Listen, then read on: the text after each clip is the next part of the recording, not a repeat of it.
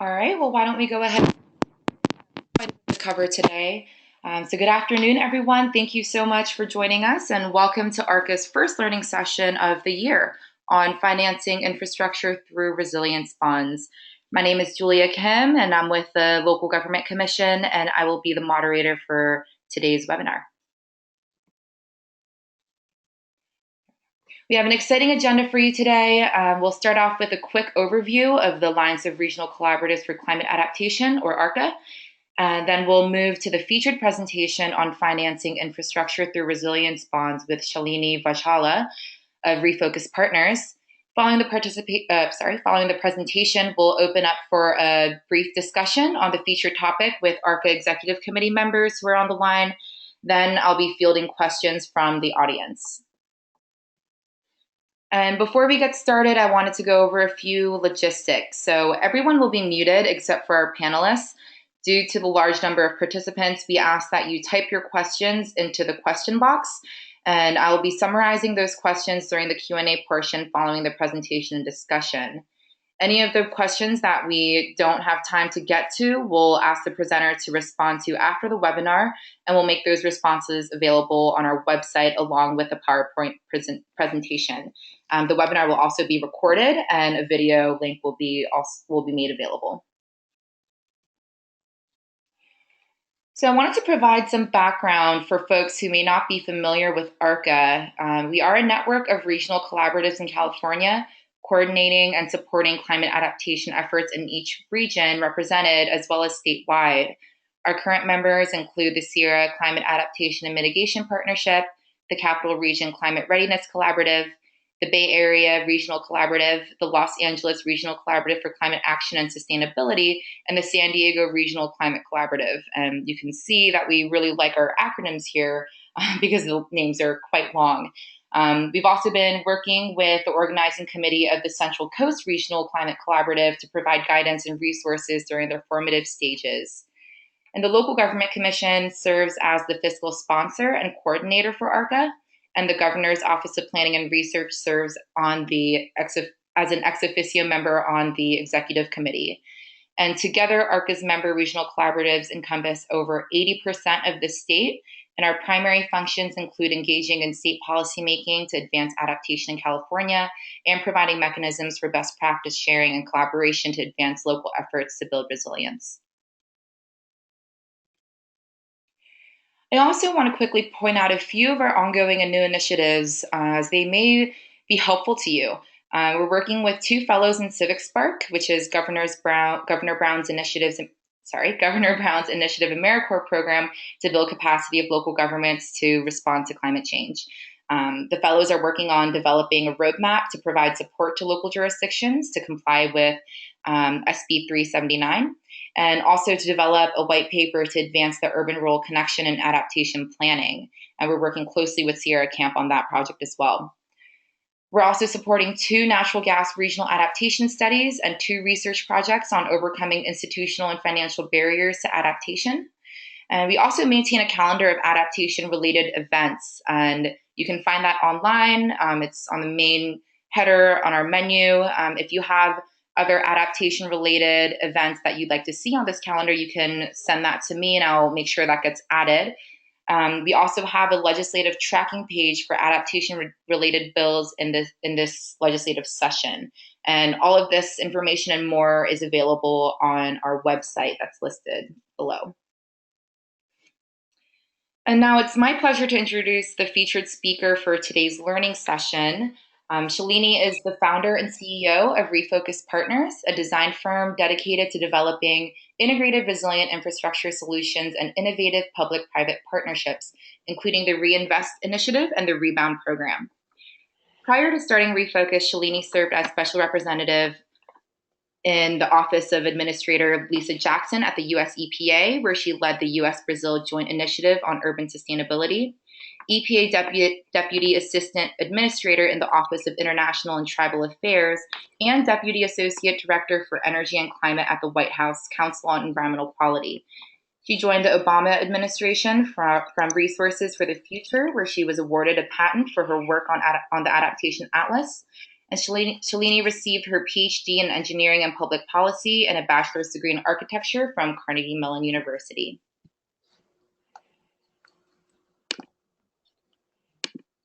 And thank you so much for joining us today, Shalini. Thanks so much, Julia. That was a lovely introduction. Just to make sure, can all of you see the set of slides that are available here? Julia? Yep. Wonderful. Well, I'm going to dive right in, and thanks for having me. I'm looking forward to all of your questions on specific infrastructure problems that you're having across the state.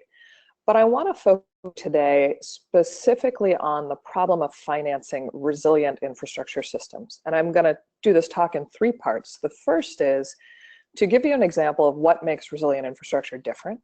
The second is to share three ongoing projects from the East Coast on resilient infrastructure and talk about the insurance benefits they create.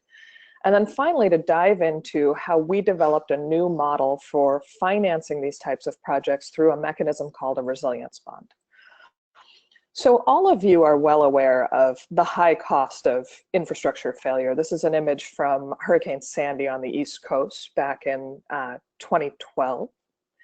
And what you see here is a subway station that was flooded out for weeks on end with billions of dollars worth of damages to the transit system. That's only one type of damage that can happen to infrastructure.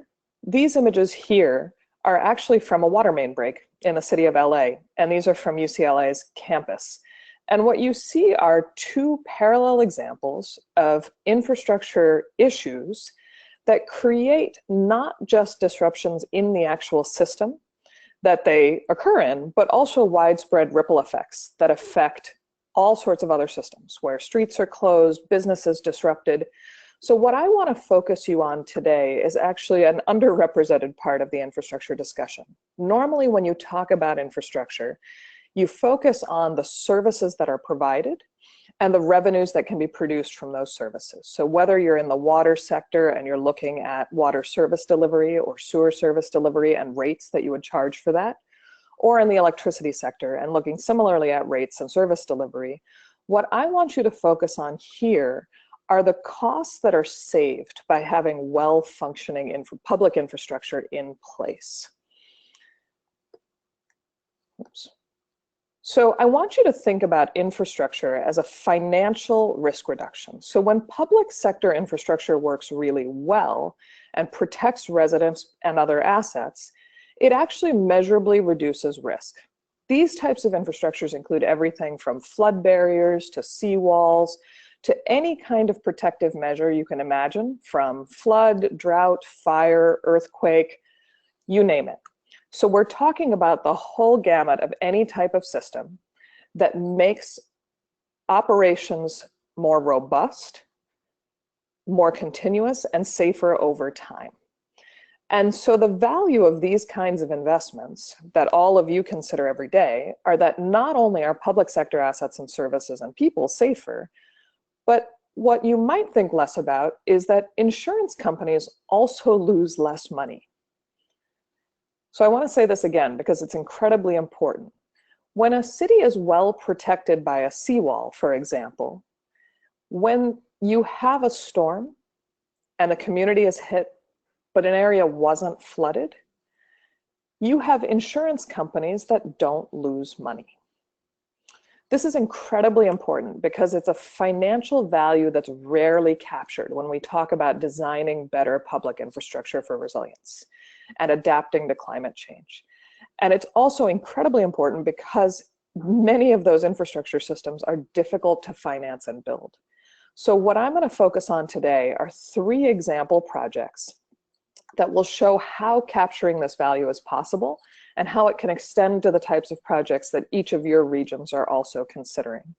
And that's through resilience bonds, which are a way of capturing the financial value created by these public sector investments, not just the direct service value of a single project.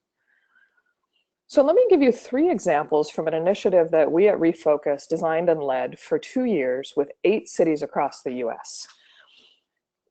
This initiative was called the Reinvest Initiative. We ran a competition, and these are the 8 cities from Hoboken to Honolulu that were selected in a competitive process.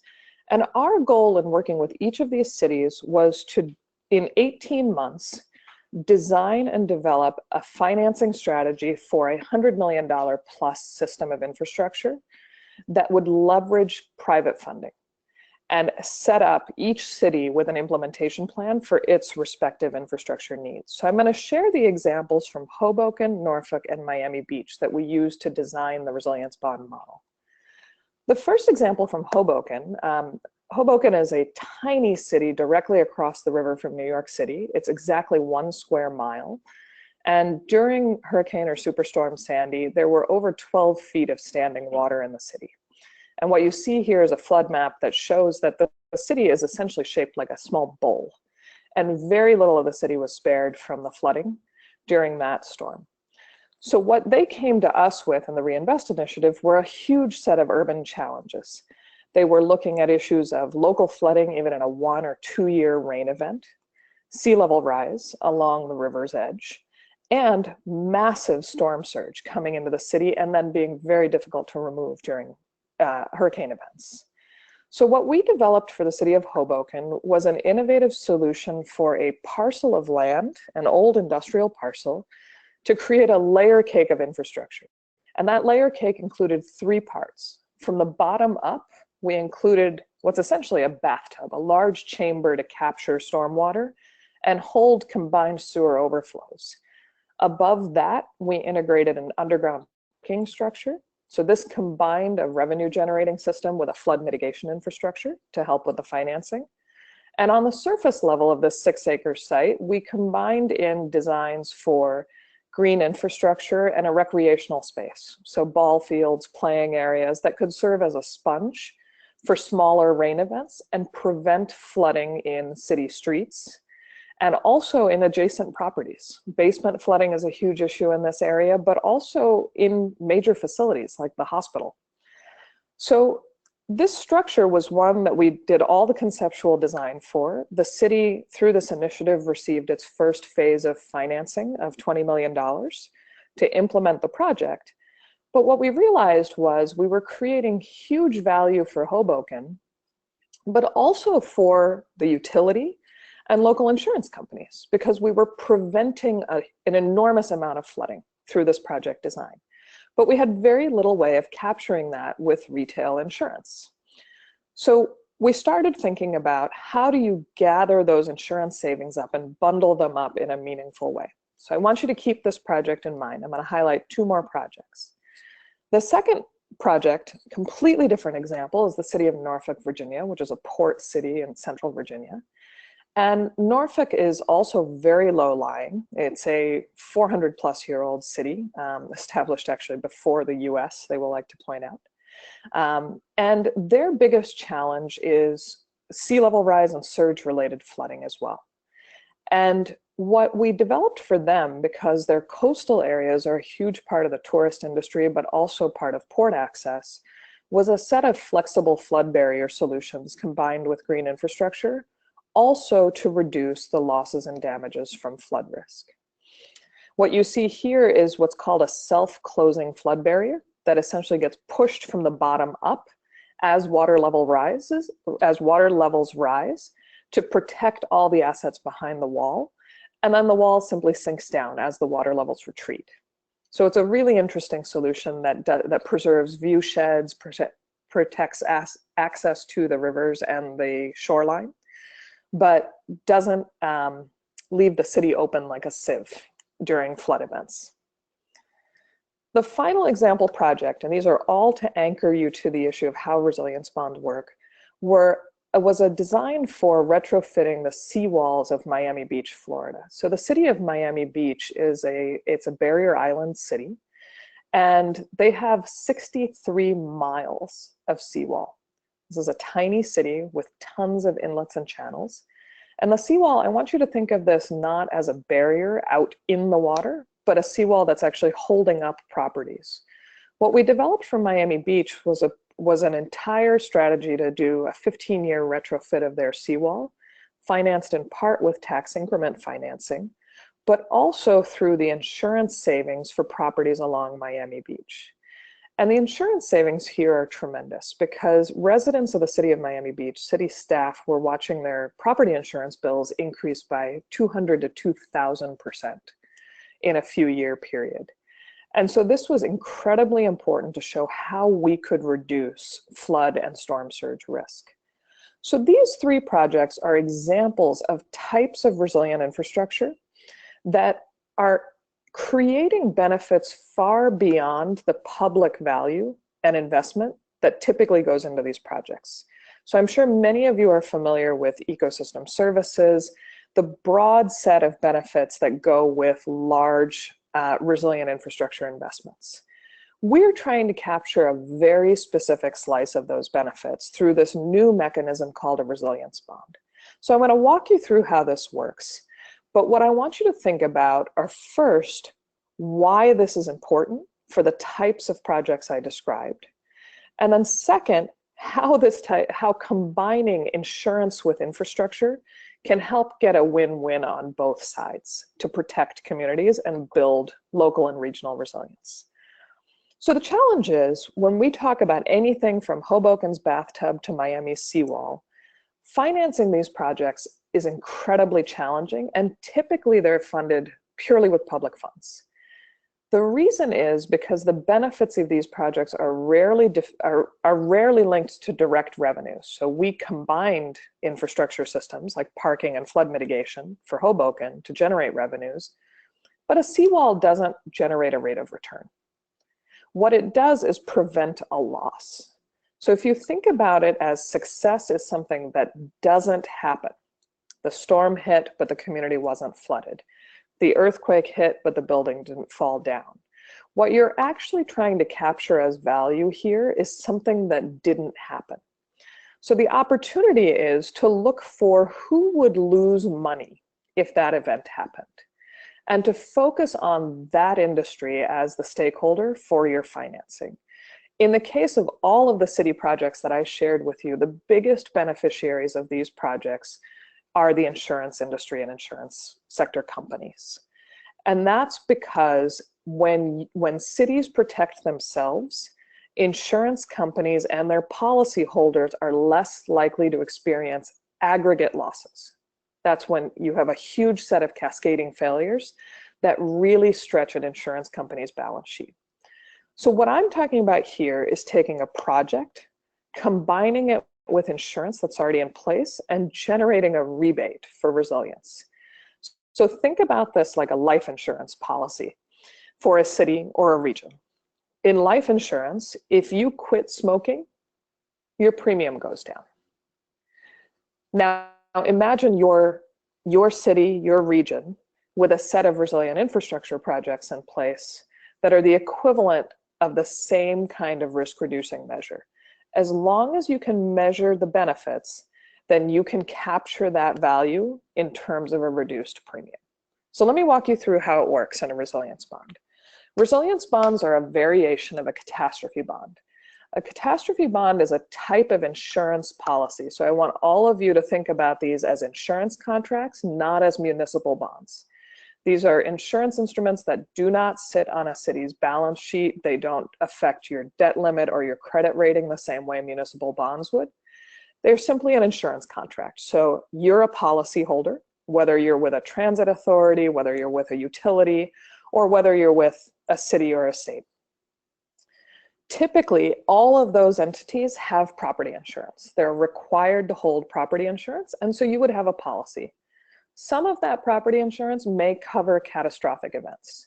Those events are ones where insurance companies will push a policy out to the capital markets and seek investors to issue something called a catastrophe bond. A catastrophe bond is a short-term insurance policy. Generally, they're 3 to 5 years, and what makes them unique is that they're designed to do something called they're designed to have something called a trigger, which means that you design the bond that if a specific event happens, so a hurricane hits Miami Beach, Florida, and hits a certain wind speed, then that bond cashes out the same way a life insurance policy would. So the investors lose all their money, And whoever's holding that policy gets a lump sum payment to help them deal with whatever event hit. This is really important because the types of projects that all of your regions are investing in and that cities across the country are looking at are specifically designed to reduce the likelihood of being completely devastated during a catastrophic event. So you're not changing the event, but what you are doing is limiting the damages. So what we're focused on here, unlike a conventional public project, so if you're a policyholder, your transit authority has property insurance and you do a public works project, you'll fund the project and you'll realize the project benefits. And that may be passed through to your users in terms of rates, or it may be financed in some other way on your balance sheet. The difference between a standard project and a resilient infrastructure project is that the resilience project actually saves the insurance company money in the form of avoided losses. So your risk of losing all your money in a catastrophic event goes down. This is incredibly important because you can measure it. It's not an abstract future benefit. It's not something that the insurance industry is unaccustomed to. They really pay close attention to this stuff. So now, if you think about doing a resilient infrastructure project, the way a resilience bond works is that we formally link these projects to an insurance policy. That way you create savings in the insurance and you reduce the risk that investors lose their money. So let me walk through an example using a seawall. Say your resilience project is a seawall. The project may be partially funded. It can have lots of benefits to the policyholder. But what it should also do is drive down the cost of your insurance over time because you are less likely to flood or less likely to have earthquake-related failures if your seawall is properly reinforced. How that manifests itself in a resilience bond is that you actually see reduced premiums. This is the same way you would in the life insurance and smoking analogy. And that translates to investors being less likely to lose their money. So investors in a catastrophe bond that's pre-designed for an area that has this new seawall, they're not likely to see a trigger for their bond happen as often because you've taken measures to protect yourself. The way we've designed these bonds is to capture that reduced risk and reduced premium as a rebate that can be circled back to finance a project. So many of you, I'm sure, are familiar with energy efficiency finance or solar finance. For those of you who know this system, this is very similar to having a company pay to put solar panels on your roof. You pay it back through savings on your bill, and you don't see those savings until the system is paid back, and then you realize all those savings. This is the same type of structure. It's not a fancy mechanism. The most important thing to remember is that it is an insurance contract, not a municipal bond. And so catastrophe bonds are often a confusing term, but this is a type of insurance that can apply to nearly every sector. As long as you can measure how a project reduces your risk, this type of bond has been used for everything from earthquake to tsunami to flood to cyber security issues, you name it. And we think it's a tremendously important example and instrument to help cities recapture the private benefits that they're creating from investing in public infrastructure to improve overall resilience. So I'm going to wrap up by just summarizing the three big benefits of resilience bonds. The first is that by creating this new revenue stream out of the avoided losses that resilience projects specifically can generate, you can actually help fill project funding gaps. So a city like Miami Beach that's looking at a multi-phase seawall project may have federal funding and Army Corps funding for its first phase, but may be looking at a real budget shortfall for future phases of funding. This type of bond can help bring in savings over time to pay for future phases of projects. In the example of a city like Hoboken, where a project may already be fully funded, the savings can help cover ongoing O&M costs or help meet additional insurance obligations that may come with federal funding for a project. The insurance compliance obligations are incredibly important, and I don't know how many of you deal with this in your day-to-day jobs, but it's something that we hear more and more from cities, states, and regions, which is that as they receive federal funding, disaster assistance requirements are changing. So how much insurance you have to hold to cover new projects or new assets that are federally funded may actually help you to look at where you can save money both on your insurance and help pay for the project that makes the insurance less necessary over time. An example of this that we've been working closely with folks in the federal government on is a new effort by the Federal Emergency Management Agency, FEMA, to establish what's called a disaster deductible. This is FEMA's effort to help the federal government be more cost-effective about its disaster assistance and help promote protective measures that reduce disaster risk and costs over time. And the challenge is that it's essentially passing costs through to cities and states by creating new insurance obligations. Resilience bonds are one tool that can help bridge that gap and help check the box both in increasing the level of protection you have from a project, but also the level of financial protection through a small change to an existing insurance policy. The third and final benefit that I'll highlight here, and something that we see very often on the design side, especially with large and complex projects, which are relevant for regional collaboratives, are that it's very easy to value engineer out the resilience benefits of a project when you have something that's very complex.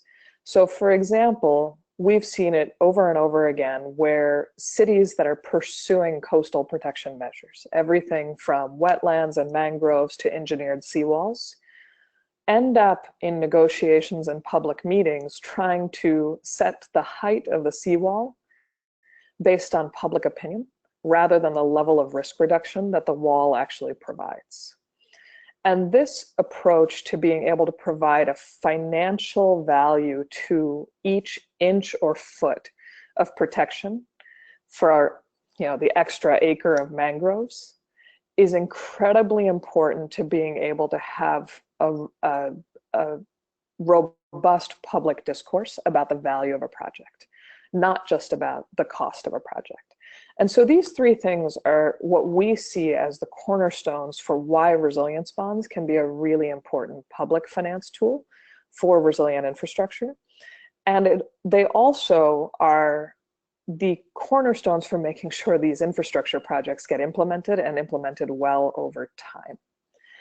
So with that, let me leave you with just a few thoughts on whether a resilience bond is right for your project. I recognize that across this set of regional collaboratives, all of you work on a huge variety of different issues. Some of you on living shorelines and coastal protections, others on transit and energy issues.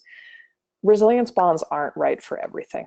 We are not in the business of selling these. We think it's an important tool that can help implement projects we care about. So our entire team at Refocus comes out of the public sector. And our goal in developing this instrument was to make sure the public sector wasn't creating private benefits and then being asked to do even more and more without ever getting a way to capture those benefits in place. So when deciding if a resilience bond is right for your project or your region, the most important things are to figure out, if you already have projects underway, what kinds of risk reductions are they creating? If you're looking at soft storage retrofits or transit system retrofits for seismic risk, what you need to be able to do is look at that project and say, do we have a way of measuring the risk reduction? So the before and after an event. Will this actually change the likelihood of damages? If that first back of the envelope answer is yes, then that's a really great starting place for deciding whether a resilience bond is right for you. If you can't answer the question yet, then it's an important push to figure out, okay, how do we characterize the benefits of this project beyond saying that there are broad benefits? So once you have a project and you think it can create a meaningful and measurable risk reduction to a specific risk, it doesn't matter if it's fire, flood, drought, earthquake, as long as it's measurable. Then the next step is really to talk to your city, your state, your region's financial advisor or insurance broker. And we work with cities and states across the country to really stitch these things together. And so what I'll leave you with is a link to a report that we put out last December, specifically on the design of resilience bonds. This is through a program that we developed called the Rebound Program. And the entire mechanism was validated by colleagues and partners at Goldman Sachs, Swiss Re, and a really wonderful risk modeling firm in London called RMS. And all three of the organizations worked with us at Refocus with the support of the Rockefeller Foundation, specifically to design this mechanism with the public interest in mind to see if we could actually make it work. And so out of this grand experiment came a validated financial mechanism that we hope all of you will have a chance to explore. So with that, let me stop and say thank you to Julia and the team at ARCCA for having me here, and I'll look forward to all of your questions. Great. Thank you so much, Shalini, for such an informative presentation. I now want to open it up to the ARCCA Executive Committee members who are present to join us for a brief discussion. It looks like we have from the Sacramento region, we have Larry Green, who is the ARCCA chair, as well as Kathleen Ave, the chair of the Regional Collaborative. From San Diego, we have Allison Wood, who is the ARCCA vice chair this year, as well as Laura Engman, who is the manager of the San Diego Regional Climate Collaborative. It looks like we also have Diana Madsen from the Sierra Collaborative. And I think that's everyone. Allison, would you be able to start us off? Sure. Can you hear me okay? Yes. Mm-hmm. Okay, great. Thank you, Shalini, for that presentation. That was really, really intriguing. And one sort of immediate question that comes to my mind is just around, multiple property owners. And you mentioned in the Miami Beach example that there's, multiple property owners with seeing their insurance rates come up. And I'm wondering if you could talk a little bit more about that, how public agencies can leverage this and work with, residential property owners or commercial property owners that are seeing those impacts as well. So maybe it's a public project, but with that private benefit to those insurance holders. Yeah, it's a really important question, Allison. So Miami Beach is a perfect example for this. So in their 63 miles of seawall, only 3 miles were publicly owned. And the city was trying to, 98% of their seawalls are structurally deficient and need to be replaced, but each wall is owned by the landowner directly behind the wall. So they're in 100-foot segments for all 60 miles.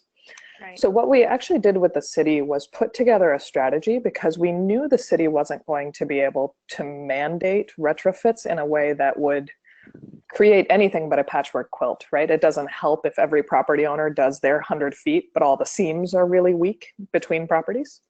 Mm-hmm. And so what we did was we went through a design exercise, and this was completely apart from the financing.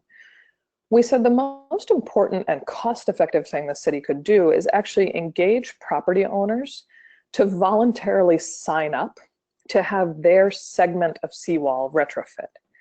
And so in an area where neighbors don't really know one another, I don't know how many of you have spent time in South Beach, but there are hedges specifically designed so you have absolutely no idea who's next to you on the next property. Mm-hmm. And we realized that the city was going to have a huge challenge here. So from an engineering perspective, we said, let's create an approach where we select where the seam should go to give you the sturdiest system, and then offer the city a way of launching a competition with benefits for property managers and property owners for things like upgrading their docks. So that whoever signed up their 5-mile segment first with all the property owners on board, they would get that benefit first. And so you could march through these different segments in a really thoughtful way, but also flip the development process of having governments have to push an idea out there to actually pull residents forward to protect themselves. And that's an approach the city is currently considering. It's a very long development trajectory for Miami Beach, but it's one that we've used with a number of other cities and counties. And it tends to work really well. If you can find ways to create a carrot for neighbors and property owners to engage with each other, especially where there's really high public participation already. Great, thank you. I know there are a number of others on the line that I'm sure have questions as well, so I'll let some of the other ARCCA executive members chime in. This is Kathleen Ave. I have a quick question for Shalani. And thank you, Shalani, again. Really appreciate you coming to support this. You have shared in the past a sort of a mechanism or a way for folks in the community who are organizing around climate adaptation to sort of in a central way find out who in their area is actually already buying catastrophe bonds. Can you talk a little bit about that and share that information with the folks on the line? Yeah, Kathleen, I think you're referring to another project we have underway at Refocus called the Atlas, which is essentially designed to be a tool to help facilitate procurement of resilient infrastructure. So this isn't necessarily to find out who else is doing catastrophe bonds, because that's still a very nascent market. But it is to help folks like our colleague Bruce in Miami Beach, who his first and most important question was, when we were proposing seawall solutions, he said, tell me who else is doing this. I have to be able to take it to my mayor and point to somewhere where it succeeded. And so what we're doing now at Refocus is actually building up this atlas that is a cross between an IKEA catalog and Amazon for resilience, which is if you wanted to shop for a seawall, the goal of the atlas is to help you come in and get an inspiration engine for all things that are designed to help you with sea level rise, to look for other seawalls, but also to see cities and regions like yours and to be able to see what they're doing. And so I suspect we may work with Julia to get another learning session going specifically on the Atlas for those of you who are interested. Is that what you were thinking of, Kathleen? That and there was a firm in the UK that actually collected and publishes information on holders of bonds. So this is called the Climate Bonds Initiative, and our partners on the Rebound program, RMS, have been heavily involved with them, but you can actually see listings of catastrophe bonds, green bonds in a centralized location through their website, and it's the Climate Bonds Initiative. That's great, thanks. Yes, this is Larry Green from Sacramento.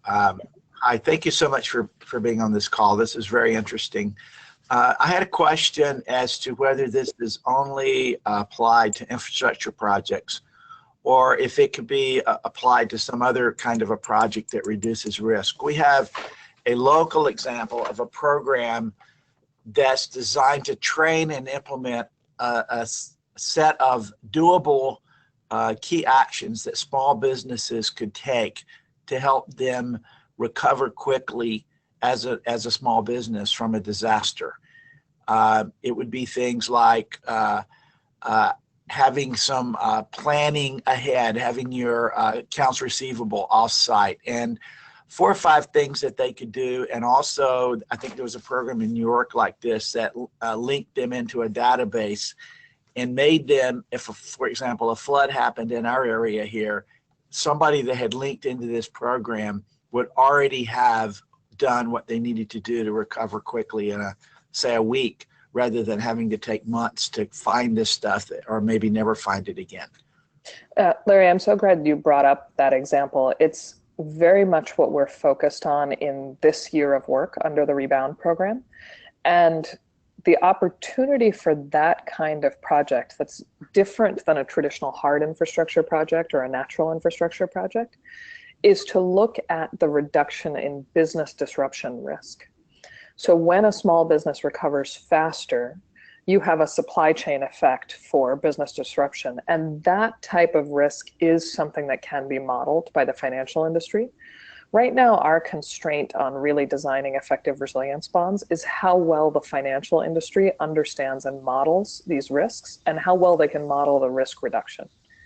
So we're a lot better, for example, at things like coastal hurricanes, which are really well insured for, or wind, than we are at river flooding inland. And so where the models work best are on large scale business disruption, not small scale business disruption. But it's an area that we're seeing a real evolution, and one that, as long as the activities are coherent enough and well described enough, this tool absolutely could be stretched to fit that example.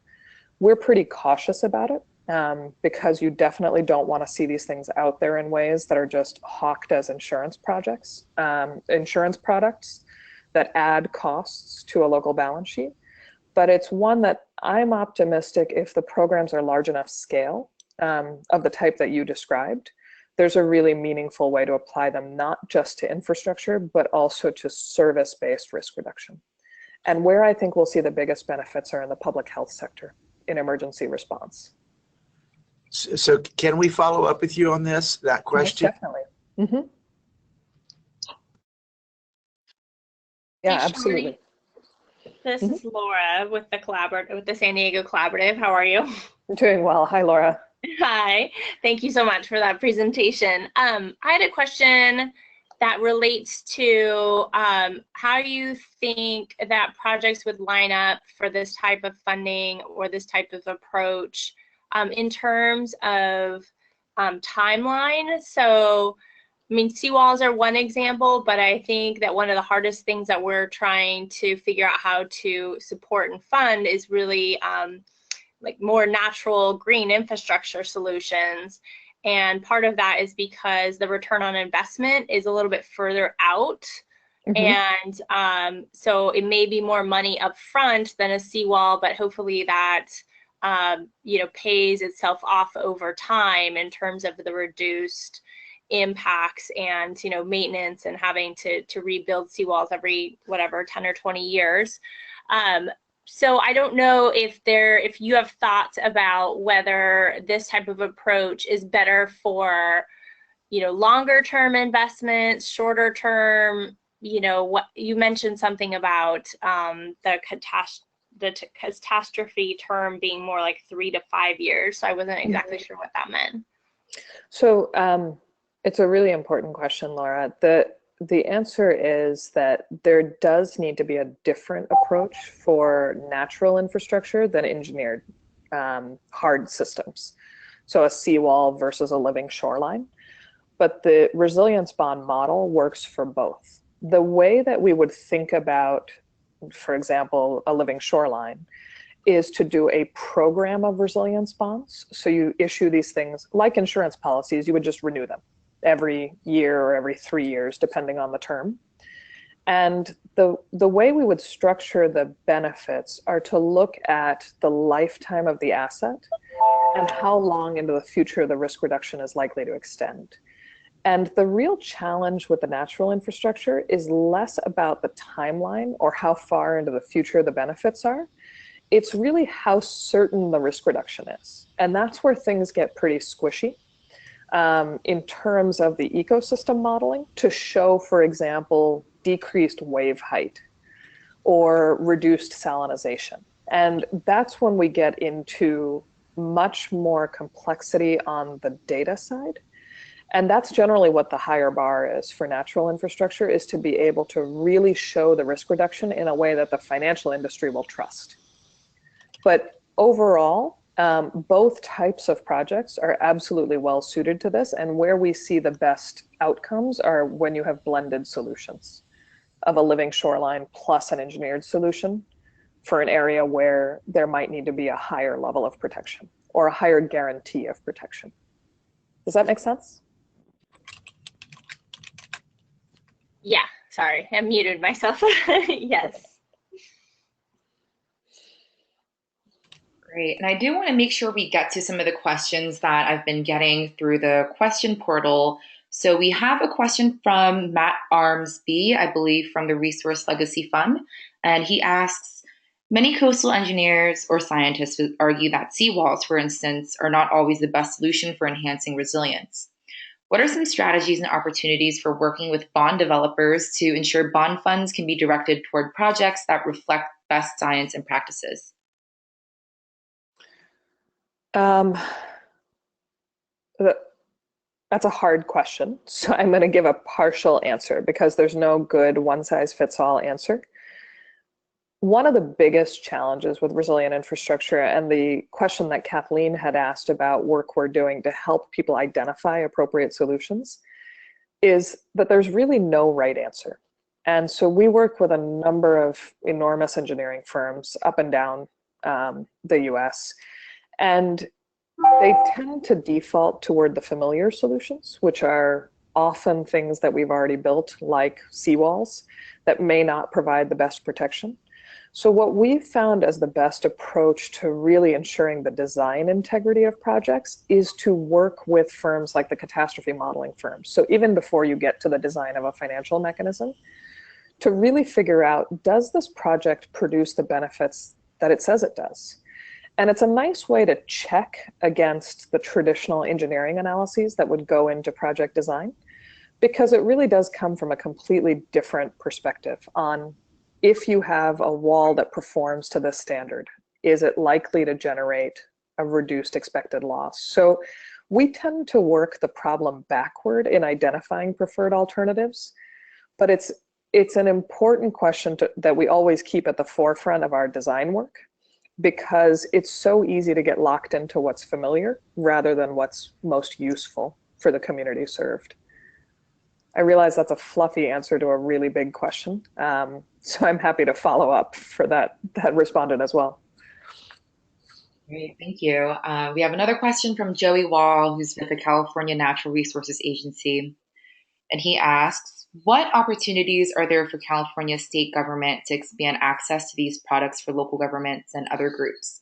The state treasurer's Green Bonds initiative offers an example of new initiatives in sustainability finance, and there might be further opportunities through the insurance commissioner, the State Infrastructure and Economic Development Bank, or other entities. The answer is yes, yes, yes. All of those would be enormously valuable to exploring opportunities for the state to play a supporting role in helping local governments and regions better protect themselves and reduce the state's liability. I would love to follow up on any discussion with the state insurance commissioner, but also with authorities like the California Earthquake Authority, since they're spending so much on reinsurance right now. And this kind of resilience bond within the Green Bond program could be a way to reduce insurance costs, but also create a project fund to reduce risk over time. Great, thank you. We have a couple questions from Chandra Slavin. I'm sorry if I'm not pronouncing that right.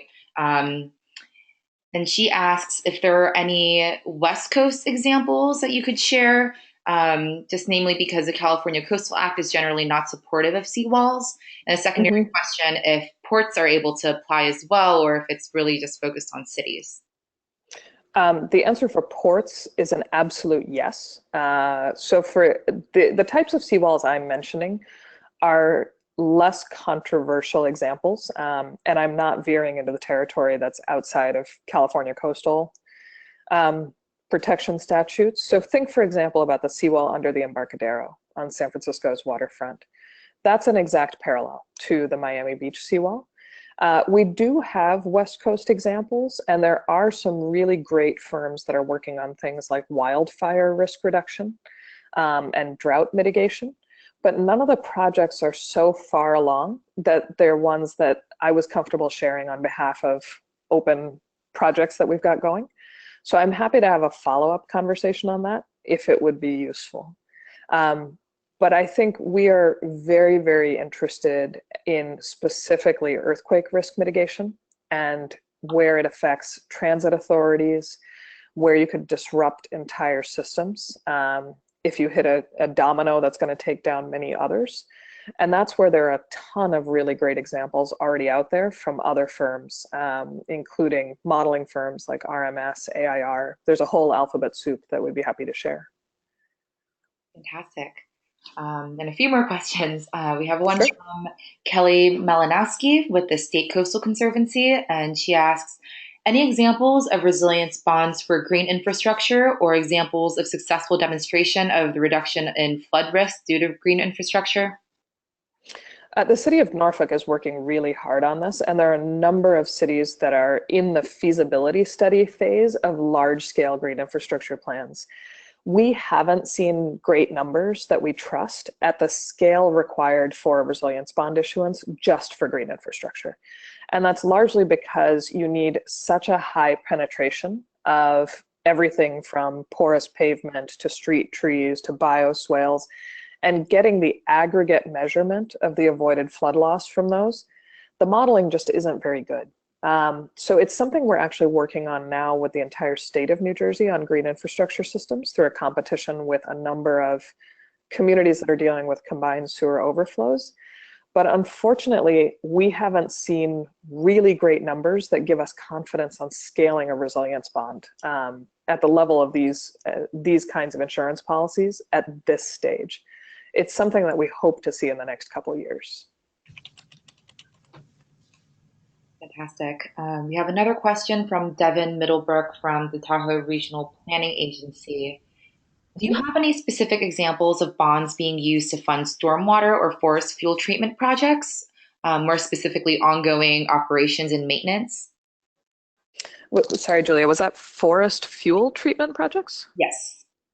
Okay, I have to confess, I don't know what forest fuel treatment is, but there are examples in development right now of something called a forest resilience bond, and we've been in close touch with the group it's a team called Blue Forest that are doing some really exciting work that parallels what we've been doing on resilience bonds, specifically focused on stormwater management and wildfire risk reduction. I think that's probably the most relevant example that I've seen. And we've got a number of projects underway on stormwater management specifically that combines surge-related stormwater overflows, but also rainfall-related risk. And this is an area where the financial industry is still trying to sort out their models since they're getting very mixed results on localized flooding and inland flooding. They're much better at regional risk right now than they are at pinpointing local risk, which is true also of things like downscaling climate impact data. So it's the same problem on the insurance side. Gotcha. Any projects or anything you can share on prescribed burns to reduce wildfire? I would check out the forest resilience bond work that's out there today. I haven't seen very much on prescribed burns, primarily because the resolution on the risk reduction isn't great enough to set boundaries yet on where you would want to do that kind of preventative measure. Great, thank you. And we have two more questions that I think we can fit in before we end. So we have Brent from Climate Resolve. In Los Angeles here, wondering if resilience bonds can be used to modernize aging transportation infrastructure, such as making bridges earthquake-proof, replacing rails that are susceptible to warping under extreme heat, and the like. The answer is absolutely yes. That's the ideal application of resilience bonds. So, Brent, I can give you an example from the MTA in New York. The MTA was actually one of the first public entities to go forward and sponsor its own catastrophe bond after Hurricane Sandy.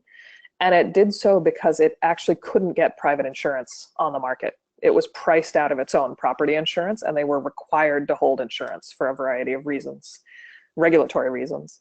And so what they did is they did I believe the first bond was a $200 million catastrophe bond issuance. And what they have underway are a whole bunch of retrofit projects to reduce risk, but they're not getting any credit for that on their current cat bond issuance. The ideal time to look at a resilience bond is right before you start doing a project, because the minute you start making the changes to your infrastructure, the insurance industry will already have those benefits, and they have zero incentive to cycle the value back to you for additional project funding. And so we'd be happy to talk with you, but the answer is absolutely yes, and we hope it's something that you would consider for all of those types of projects. Great. And the last question we have from Anthony Primer, who is a Civic Spark Fellow with us this year. Are there other ways that you know of where more innovative ways to receive funding for areas or stakeholders who may not have insurance?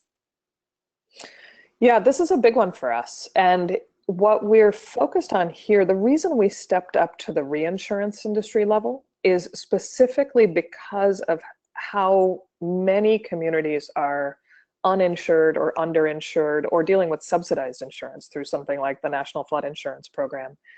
By focusing on the reinsurance level, Anthony, what we were able to do is redirect that rebate so it could benefit the most marginalized communities who might also be at the highest risk and experiencing the highest damages. One of the things that gives me heartburn generally about the way catastrophe bonds and resilience bonds or any related mechanism would work is we're still a lot better in the insurance industry about protecting assets than we are people. And it's because we can put a financial value on an asset and how it would depreciate or how the risk would be reduced. And we aren't great about getting to underserved or marginalized communities. So it's something we're working hard on this year in the second phase of Rebound to figure out those important redistribution effects and what the value creation can be for underserved communities. Where I'm the most optimistic is looking at the intersection between green infrastructure and public health, for example, where rates of urban asthma can also be dealt with water infrastructure investment, or decreased health risks that can be captured through a resilience bond structure. So stay tuned on that front. But it's something the industry across the board is bad at that we'd like to make sure it gets better at. Great. And with that, I think that's the last of the questions that we have time for. So special thank you to you, Shalini, just for joining us today and answering all the questions that we had. And thank you to everyone who was able to join us for our learning session. To learn more about ARCCA, you can visit arccacalifornia.org or feel free to contact me, Julia Kim, at jkim@lgc.org, or you can call me at 916-448-1198, extension 304. To learn more about Refocus Partners, about their Rebound report, and all of the other really great programs that they have going on, please visit refocuspartners.org, or you can contact Shalini at info@refocuspartners.org. And with that, we hope you stay tuned for our next learning session. We'll make sure you get the invite. And thank you. Have a great day. Thanks so much, all. Thank you.